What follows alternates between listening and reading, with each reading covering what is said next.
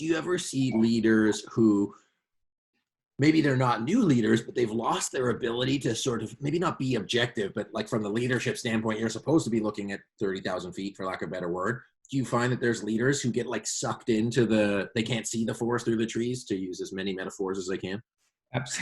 Absolutely, absolutely. It's one of the big problems about leadership, and one of the challenges of new leaders, especially when you get promoted into bigger roles.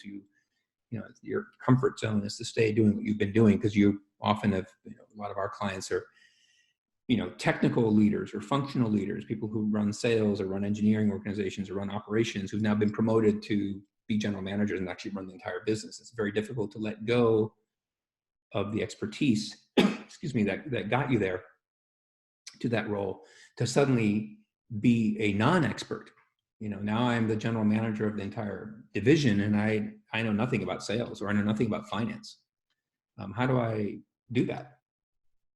And yet, one of the keys is to actually be able to have that kind of beginner mind and that kind of perspective on the business as a whole, which can be extremely valuable to the business when you can bring that perspective, rather than be mired in your own traditional ways of doing things. Yeah, because I find it interesting that both from if you're new to the organization or new to the role, what some people might consider a challenge or a negative being the fact that they are separate or not familiar with it, that the actual, like, the asset is in fact that you do bring that perspective, that different perspective, the different view, the different heuristics, the different logics, that then will ultimately add value to the team because you provide input and contribute to that system to support it moving forward.